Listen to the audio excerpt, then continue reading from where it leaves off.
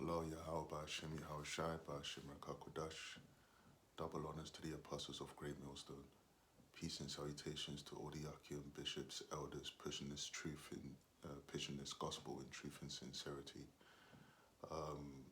So this morning I'm just looking at a few articles I've come across on the internet, and I'm just gonna read them out in the spirit. I haven't got any scriptures lined up. I know the apostles, a lot of brothers like to do those kind of videos just, in the spirit, and just see what kind of scriptures come out. So I'm just going to read these articles because they kind of like pricked me. So I'm going to just see what comes out as I read them. So I just bookmarked them, and then just going to see what comes out as I read them. So I'll go to them now.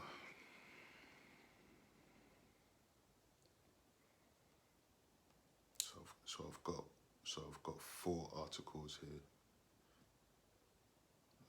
Let's get that first one.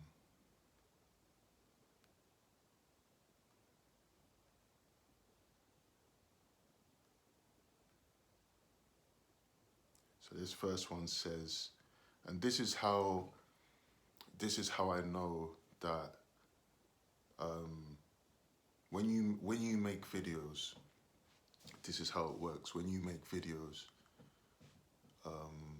exposing the truth or exhorting, or when you're praying for brothers or anything like that, whatever we do in the truth, if the Lord is dealing with you, this is what I think, if the Lord is dealing with you, then these things will manifest themselves. Basically, they manifest themselves. So it might seem like someone hasn't got any pull. It might seem like someone hasn't got any pull, but they do. Because I recently made a video, and over the last week I've been meditating about that one thing that I spoke about in the video, where I said that 3 years ago, when all of this Ukraine-Russia situation was happening, there was one video in particular which touched me, and that was that a Russian woman, because in Donbass in Ukraine, they are mostly Russian, so they are Russian speakers, and they're pretty much Russians living in Ukraine, and they've got their own little region called Donbass, and that area was getting shelled by Ukrainian military, right? And I remember her saying that when she was talking to the cameraman, she said that I sleep in my boots because at night time I don't want to be cut by the glass when I'm walking. So if they shell me, like, I'm just prepared, right? And that's what I spoke about. Look at this, 11 hours ago, from Francesca Cosinato. That sounds like an Italian name, right? So let's look at the article says, "We sleep in our clothes ready to run," Ukrainian woman tells independent TV. Yeah? Listen, Ukraine will continue with or without us, says Anna Labunets. That sounds like maybe, says Anna Labunets, as she hides from Russia shelling. The 36-year-old was born and raised in Odessa, a port city on the Black Sea in southern Ukraine. So already you can see that the article is going to try and pull at your heartstrings. There's an image of her there, looking very solemn. Her family fled from the city to the relative safety of their countryside house, where a basement provides shelter from the onslaught of Russian bombs. "We sleep in our clothes, so at any moment we are able to run," she tells Independent TV. Does that sound similar to you? Does that just not sound similar to what I was just saying? So they best believe these people watch us. Like, these people watch our videos. Oh, that's interesting. These people, yeah, we know you watch our videos. And I'm going to get into that later on regarding that. But to sign our refugee welcome campaign petition, click here, and to donate, then please click here. Click here to sign up to our newsletters. From news to politics, okay. So, yeah, it was a short article. She was just basically saying we sleep in our clothes, right? 10 likes, 10 thumbs up. So basically, I'm just bringing that out because it's basically like a war for your mind. This is basically a war for souls, because they're not fooling anybody. Those who know what is going on know, right? Those who don't know, don't know. But it's also, articles like this are also designed to get people that are neutral, kind of on the fence. They don't know what's going on. And all this really is like a marking. This is because you're not fooling anybody. All right, let's say Putin was demonized or whatever. Putin and Russia, they are part of prophecy. So it doesn't really matter what wiles, what kind of tricks and stuff are used to sway man. At the end of the day, prophecy is prophecy. So these kind of stories don't matter. Let me get a couple more of these stories.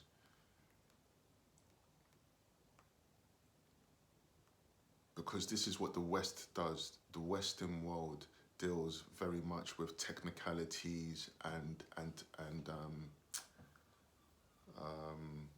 the illusion of spiritual high ground. The illusion of spiritual high ground. It doesn't matter if they haven't got the spiritual high ground, as long as they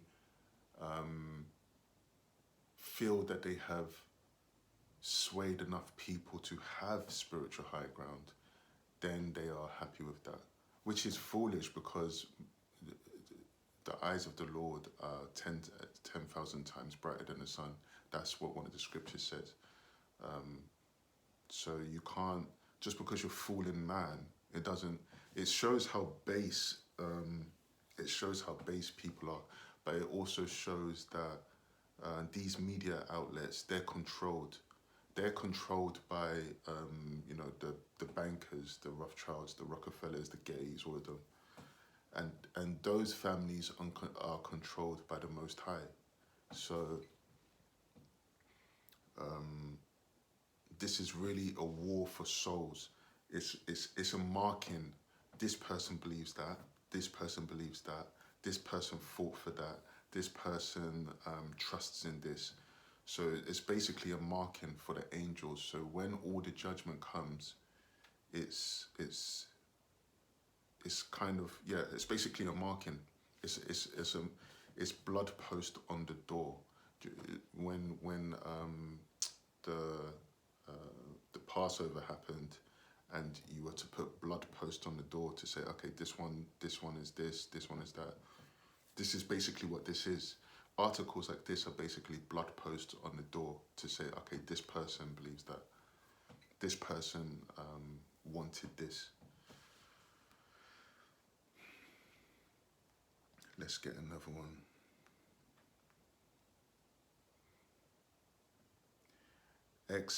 So this article says ex-PM, PM stands for Prime Minister, ex-PM drive into Poland with nappies and first aid kits for Ukrainian refugees. And then you've got 143 likes up, and then you can see him here. That's the ex-Prime Minister of England. His name is David Cameron. So let's read this.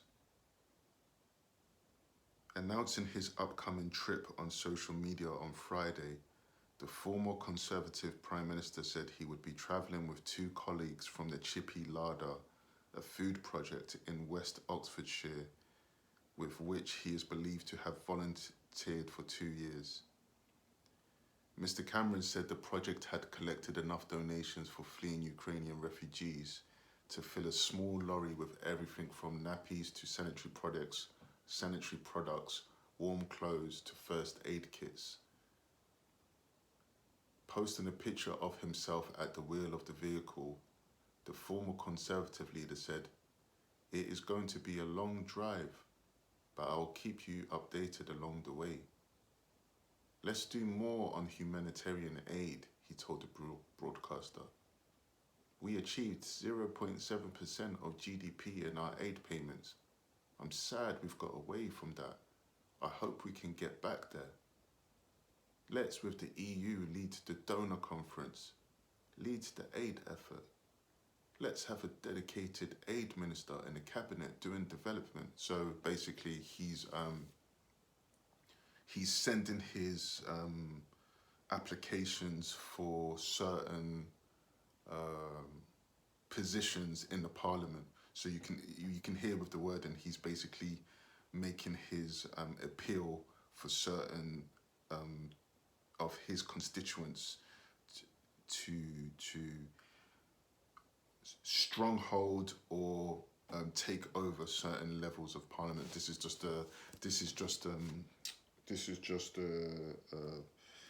what do you call them? It's a plea. Basically, this is what that is.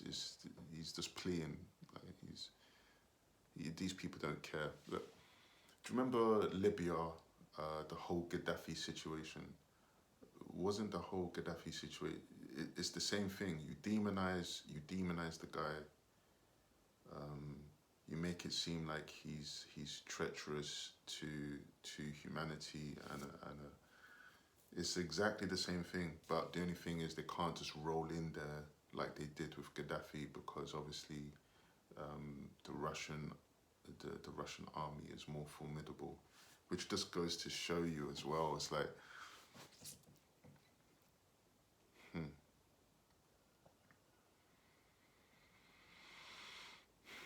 the Foreign Office ministers do a great job, but it would be good to have someone who's 100% dedicated to humanitarian aid and development.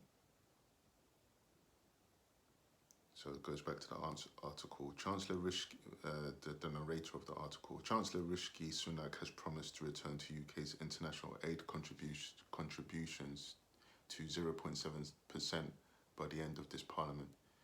Meanwhile, videos posted online of the besieged southeastern Ukrainian port city of Mariupol, subjected to 3 weeks of Russian siege and shelling, which the Red Cross says has caused apocalyptic destruction, how civilian areas left unrecognizable by the bombing.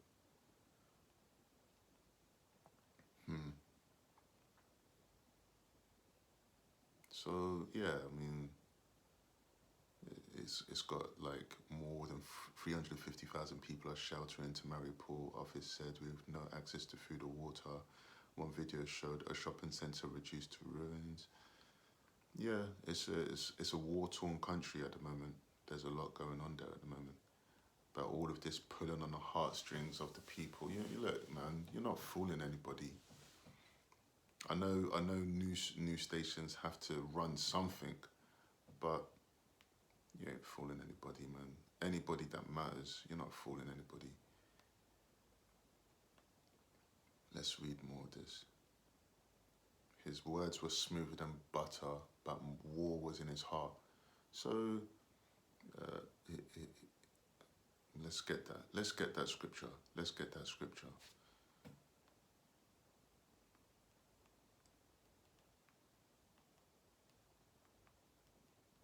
Prime Minister behind the wheel. Oh, he's got nappies in the back. Are you kidding me? Really? You same people that just look at Libya. I'm not even going to go back further back. I mean, come on, the list is long, but let's just look recently. Let's just look at Libya. Look at that situation. Gaddafi wasn't the man that they were portraying him to be. Anyone could see that. Oh, you done the Lockerbie bombing. Oh, really? Really?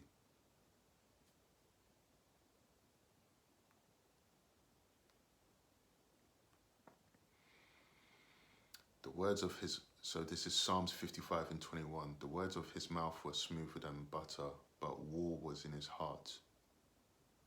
Are you hearing that? Smoother than butter, but war was in his heart. You need to visualize what that might look like. In your everyday life, what would that look like? Think. In your everyday life that you deal with, in your workplace, in the stores, what would that look like? I'll read it for you again. The words of his mouth were smoother than butter, but war was in his heart. What does that look like? Okay, so you might be, I don't know, you might be around people that you might think like you, and they might say, oh, hi, how are you today? Did you have a good week? Oh, great. What does it look like? Think. These words aren't just to be, you have to think, what do these actually things look like? Just things.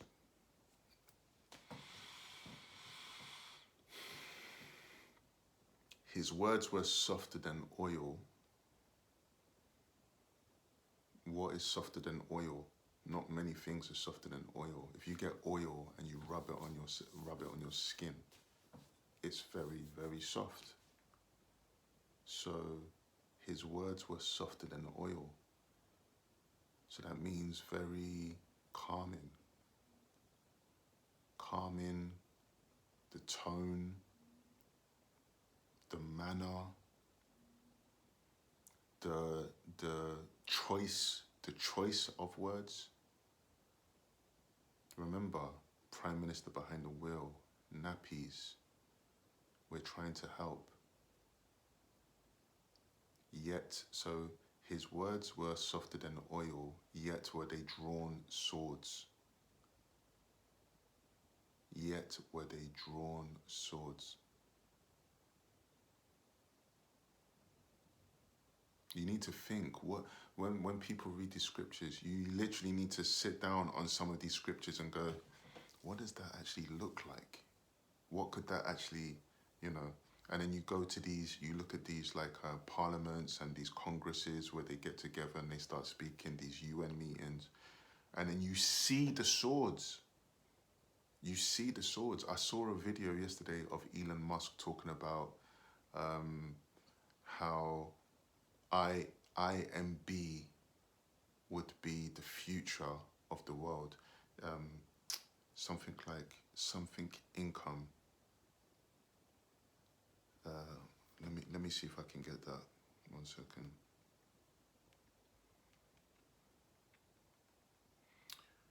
Let me see if I can find where that was. Elon Musk talking about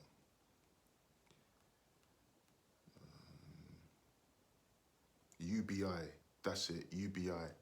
So universal basic income. Universal basic income.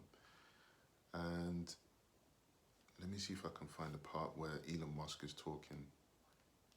The idea is getting some traction again. Some think it could be superior to welfare or other kinds of public assistance. And that would afford on their people became Let's hear this. The beauty of Rome, the heads of the Roman Republic knew that they would have the power to do whatever they wanted. Because, as the old adage says, you don't bite the hand that contained the name of a republic. It was once the independent citizens became dependents of the state. The heads of the Roman Republic knew that they would have the power to do whatever they wanted. Because, as the old adage says, you don't bite the hand that feeds you. I think the biggest. I think we'll just end up doing a universal basic income. It's going to be necessary. A universal basic income. It's going to be necessary.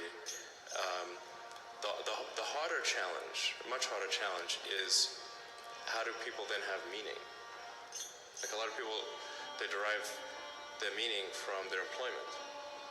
So if you don't have, if you're not needed, if there's not a need for your labor, how do you, what's the meaning? Do you have meaning? Do you feel useless?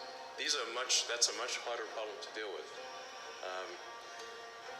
And then how do we ensure that the future is going to be the future that we want, that we still like? No, I mean, I do think that there's a potential path here, which is, and we're really getting into science fiction or sort of advanced science stuff. Really. But having some sort of merger with biological intelligence and machine intelligence. At the end, what the this Carl Schwab. industrial revolution will lead to is a fusion of our physical, our digital, and our biological. The fusion of our digital and biological. See, these people, a lot of what it comes down to is inadequacy. They feel inadequate, so they feel like, okay, we need to bolster ourselves with pills and all the rest of it. And then they're saying, look, the pills, they're not doing enough for us. We need to bolster ourselves, like technologically. Let's merge ourselves with. It's a lust for more and more. The scriptures say that Esau is insatiable. Let's get that. Really, it's a dissatisfaction with how they've been made, and they want to be more. They even want to be. They want to be seen as the Most High. They even want to be the Most High. A lust for more and more. Let me get that.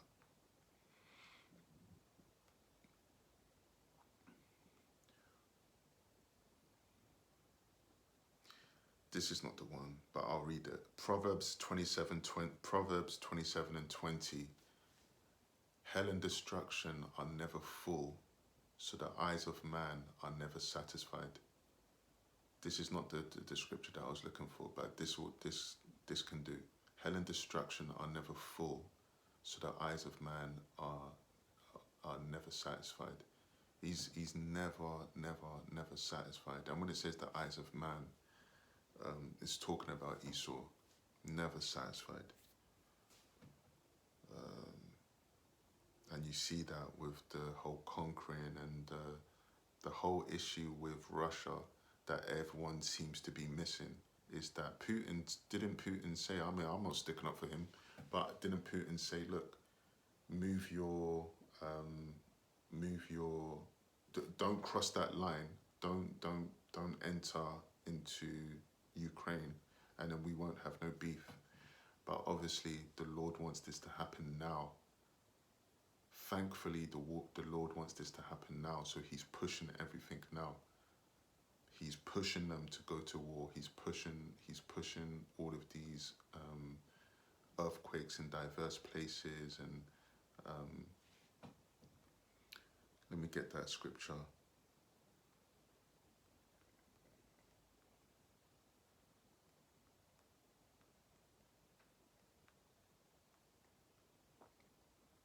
This is grace. Really, what is happening now is grace for a certain people. This is why all of this is happening. Matthew 24 and 22. And except those days should be shortened, there should no flesh be saved. So the Lord is shortening the days, because if they weren't shortened, no one would be able to be saved. But for the elect's sake, those days shall be shortened, for the elect's sake. the ones that the Lord wants, the 144,000 that the Lord wants, for them, the Lord is saying, I'm going to shorten those days. So this is why things are being pushed, because the elect are going through hell, having to the elect are going through hell, like their own demons, whether it be infirmities, the infirmities, just having to deal with people as well, and like people trying to run game on you, or women trying to like get in your mind and like fuck you up. Nah, man, like this is, and just as I say that, so, oh man, anyway, look, man, these demons, man. When I say demons, I'm referring to these people that, because demon just means intelligence, high intelligence.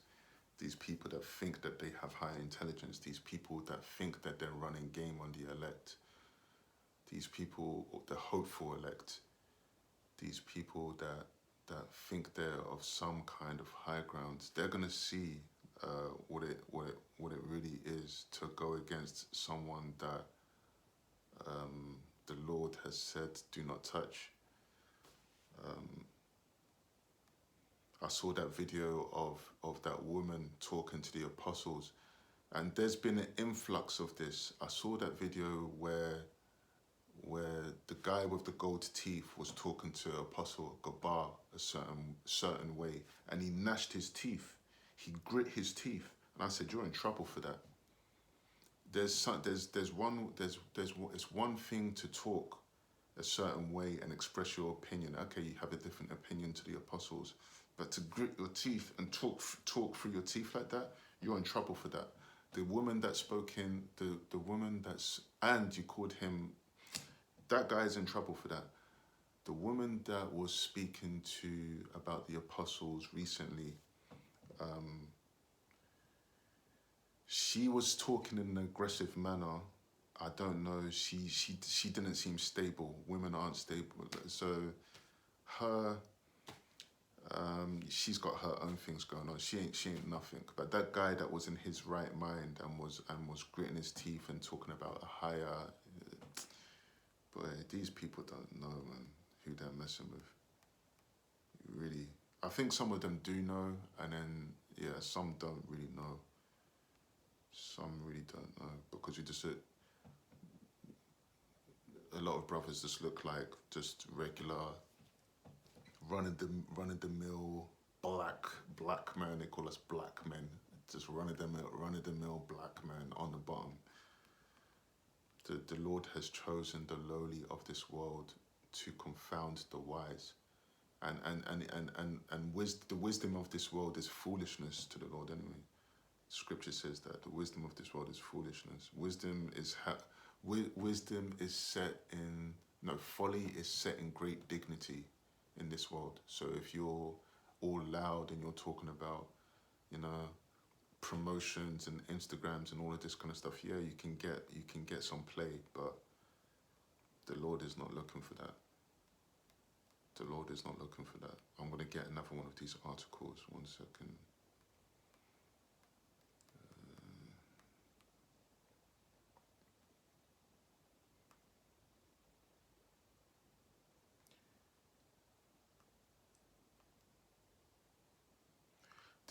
This article says, Putin's war on children is an atrocity for the ages.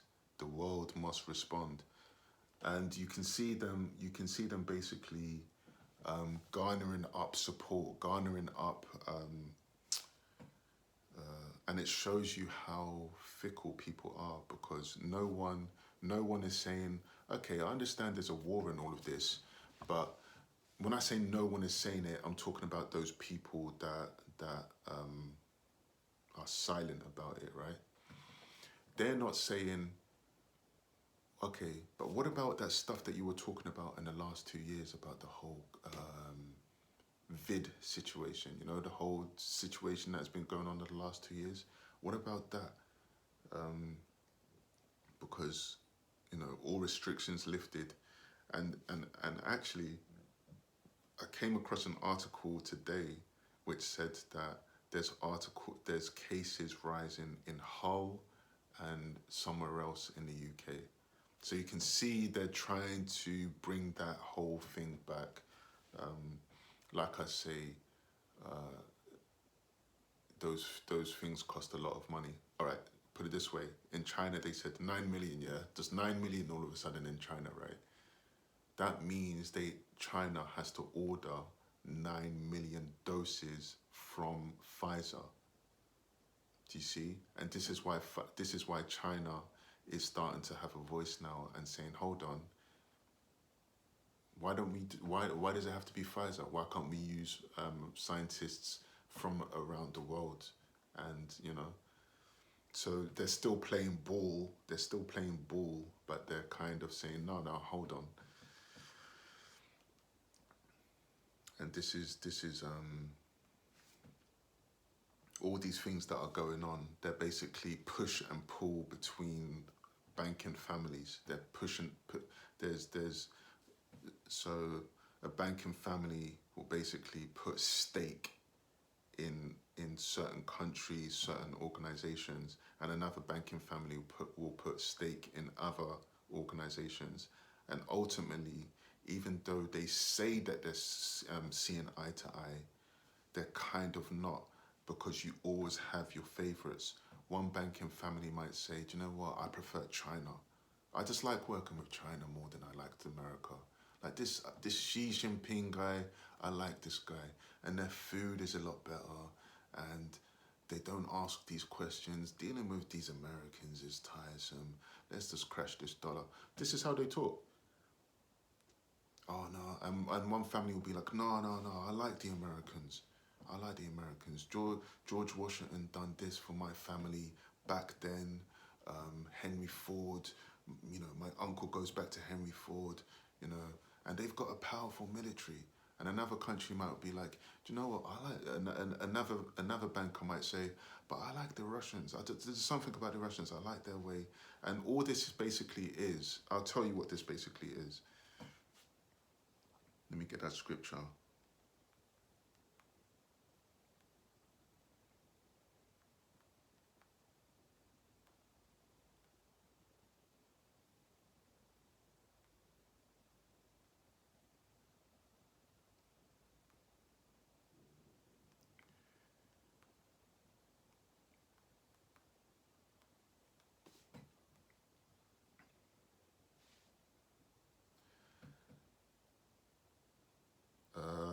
Right, so this is 1 Kings 22.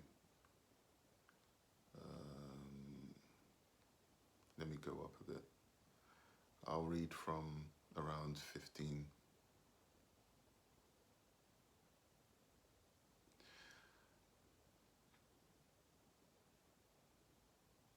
In fact, I'll read from, do you know what? Let me read from the top. I'll read from the top. And they continued 3 years without war between Syria and Israel. This is 1 Kings 22. And they continued 3 years without war between Syria and Israel. And it came to pass in the 3rd year that Jehoshaphat, the king of Judah, came down to the king of Israel. And the king of Israel said unto his servants, know ye Ramoth Gilead is ours, and we be still and take it not out of the hand of king of Syria? So he's basically saying that land is ours. Let us go and get it, right?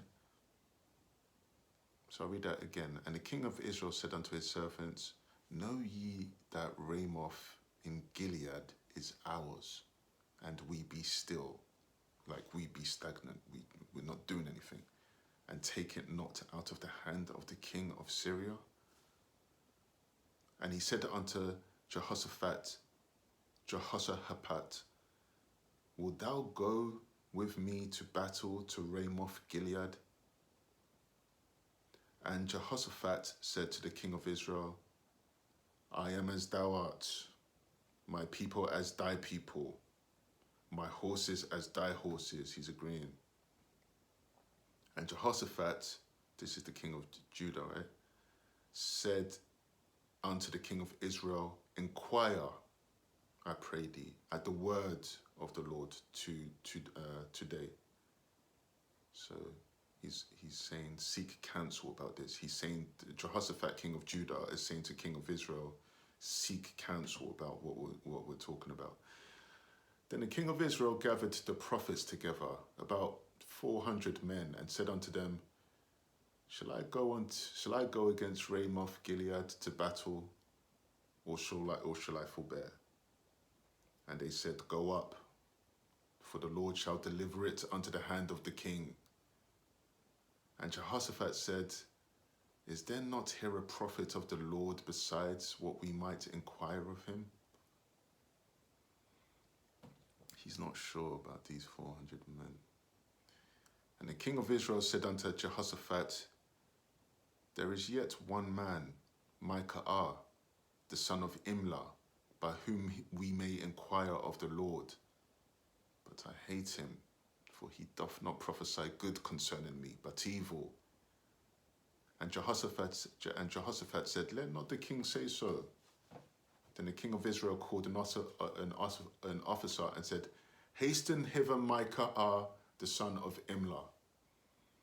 And the king of Israel and Jehoshaphat, the king of Judah, sat each on his throne, having put on their robes in a void place in the entrance of the gate of Samaria. And all the prophets prophesied before them. And Zedekiah, the son of Cana, made him horns of iron. And he said, Thus saith the Lord, Will these shall thou push the Syrians until thou have consumed them? And all the prophets prophesied so, saying, Go up to Ramoth Gilead and prosper, for the Lord shall deliver it unto the king's hand. And the messenger that was gone to call Micaiah spake unto him, saying, Behold now, the words of the prophets declare good unto the king with one mouth. Let thy word, I pray thee, be like the word of them, and speak that which is good. And Micaiah said, As the Lord liveth, what the Lord saith unto me, that will I speak. So he came to the king, and the king said unto him, Micaiah, shall we go against Ramoth Gilead to battle, or shall we forbear? And he answered him, Go and prosper, for the Lord shall deliver it into the hand of the king. And the king said unto him, How many times shall I adjure thee that thou tell me nothing but that which is true in the name of the Lord? And he said, I saw all Israel scattered upon the hills as sheep that have not a shepherd. And the Lord said, These have no master. Let him return every man to his house in peace. And the king of Israel said unto Jehoshaphat, Did I not tell thee that thee would prophesy no good concerning me, but evil?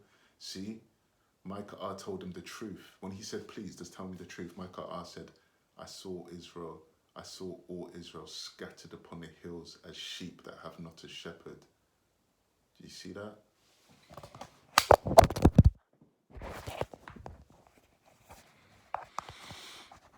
That is the truth. We're not here to sugarcoat what is going to befall this world. The truth is that no matter what is said about, put it this way, let me continue, right? So I was talking about, listen to this. This is the same situation. And the king of Israel said unto Jehoshaphat, Did I not tell thee that he would prophesy no good concerning me, but evil? And he said, Hear thou therefore the word of the Lord. I saw the Lord sitting on his throne, and all the host of heaven standing by him on his right hand and on his left.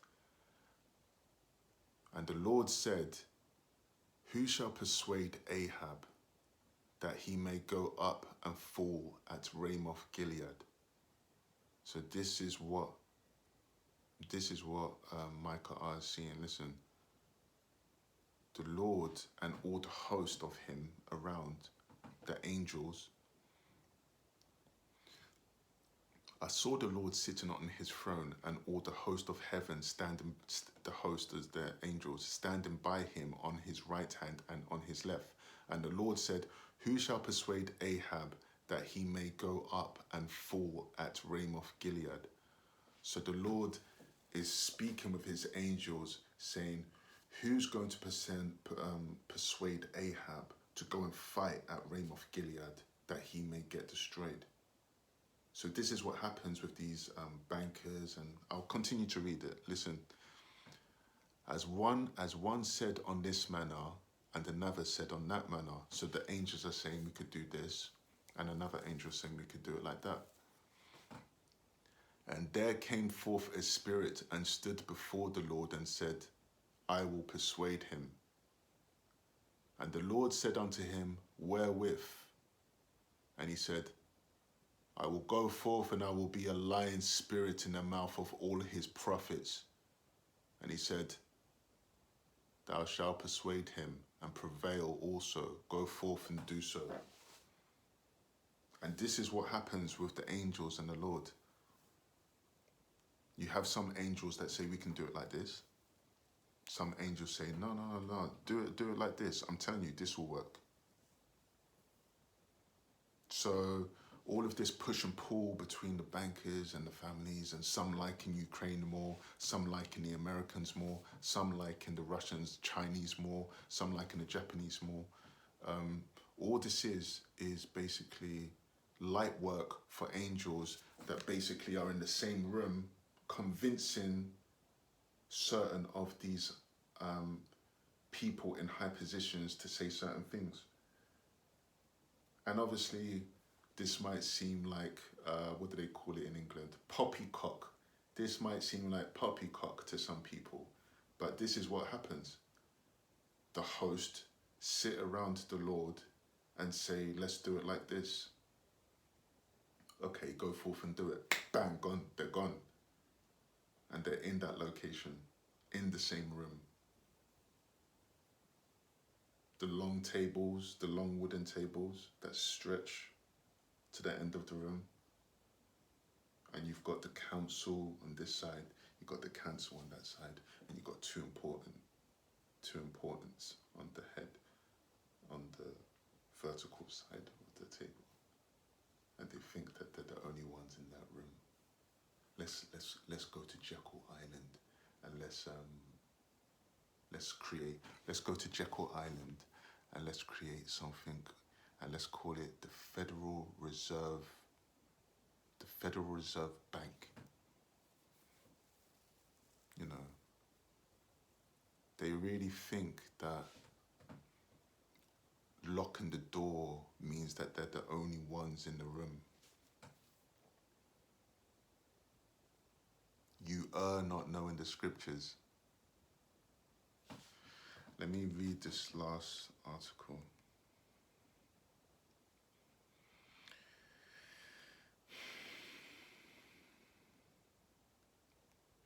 All these things must come to pass, even though some of the plays are very sloppy. Yes, some of the plays are very sloppy.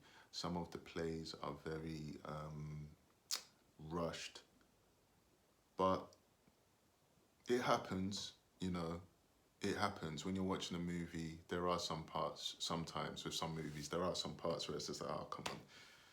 But, you know, it is what it is, you know. Like some things are sloppy, but this is still a very good movie. This is a very, very good movie, and we haven't yet seen the crescendo, which is gonna make it all worthwhile, you know. Because when you see certain things where it's like so basic, and it's like, what? These people fell for that, you know. But it happens, you know.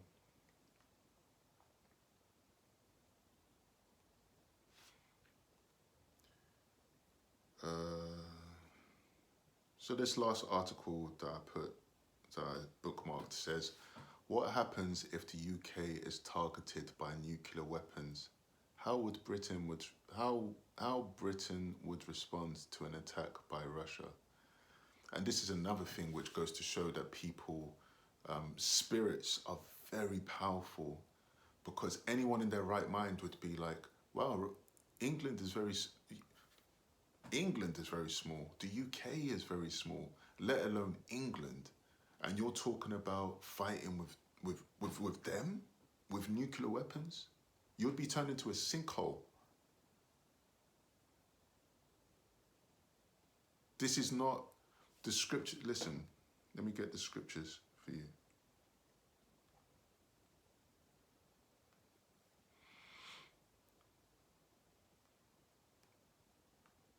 And everyone's talking, saying, "Oh, let's just implement a no-fly zone. I don't really want to put boots on the ground. Let's implement a no-fly zone."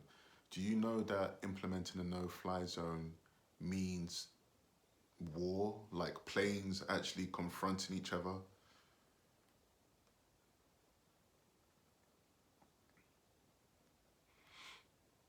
Let me show you something that many people are missing.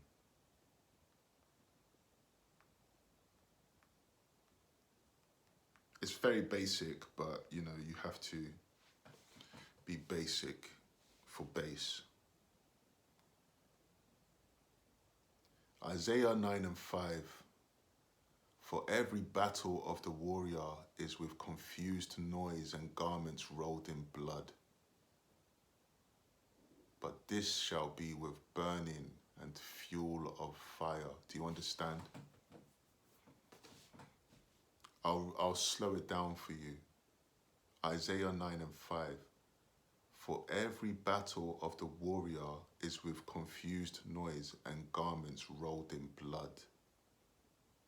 But this shall be with burning and fuel of fire. So the ground troops, all right, put it this way. All right, let's say miraculously that NATO were able to defeat the billions of Chinese and Russians and Iranians, the Persians, because, by the way, it's not just Russia. I hope you know that, right? If you fight Russia, just because they haven't come out and said it, and just because they haven't got an alliance like NATO, an official alliance, best believe that when you fight Russia, you're fighting China, you're fighting the Persians, probably even some proxies in NATO. Yeah, so I'll just put that out there. But what I'm trying to say is that even if by some miraculous means you were able to defeat those billions of people, right? What's the end game?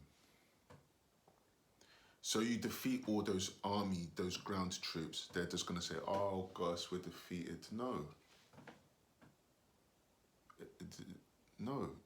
I'll read it again. And I'm not even going to spell it out for you because, in fact, no, I have to.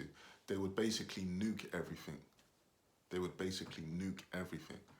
say that we haven't got any more legs to stand on. We have to use our nukes. Do you understand? So, but these people are calling for nuclear war. Do you see how base?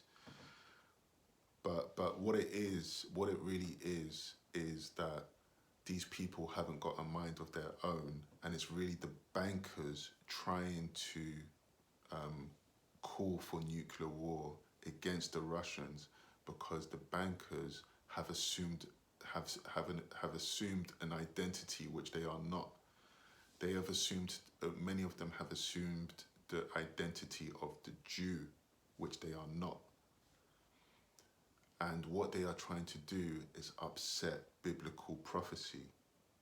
So they're thinking, okay, if we were to just maybe defeat Russia, then who are Magog, who are known as Magog in the Bible, then maybe prophecy can't be fulfilled, showing you how base the thinking is. But when you haven't got any more cards, you do base things. They have no more cards. All their cards have been shown on the table, even on a basic third dimension level, because there's many dimensions with what is going on right now. This is multi-layered, because you've got, the reason why it's multi-layered is because some of it is Hollywood, what is going on. Some of it is not Hollywood. Some of these, when I say some of it is Hollywood, some of it is not Hollywood, I'm talking about, let's say, the whole Russia situation. There's alliances with Russia and the NWO. Yes, Russia are partly with the whole NWO situation. There's alliances with, so some of it will be real. A lot of it is real. When you see a lot of people being blown up and stuff like that, a lot of that, yes, a lot of that is happening. Some of it is not happening, but yes, a lot of it is happening. However, what I'm trying to say is that don't think of it, a lot of people are thinking of it as a war against Ukraine, a war against Russia, a war against UK, a war against America. No. This is, forget all of that. The only things that matters are the bankers. That is it. This is a war against bankers. That's it. It's a war against banking families. And the thing is, when I say it's a war against banking families, I'm talking about it's a poker war. It's a poker war against banking families. When I say it's a poker war, they're not all, even though they have assumed a unity, there are certain things where it's just like, I don't like that guy, I don't like that family, and that family is closer. Do you see? So it's not, some of it is Hollywood and some of it is not Hollywood. They're all puppets.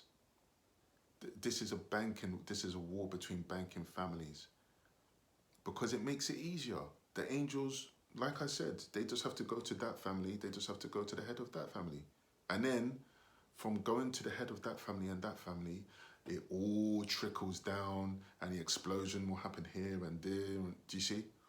You don't have to go to this Congress member and this one. No. Just go to the head of the snake.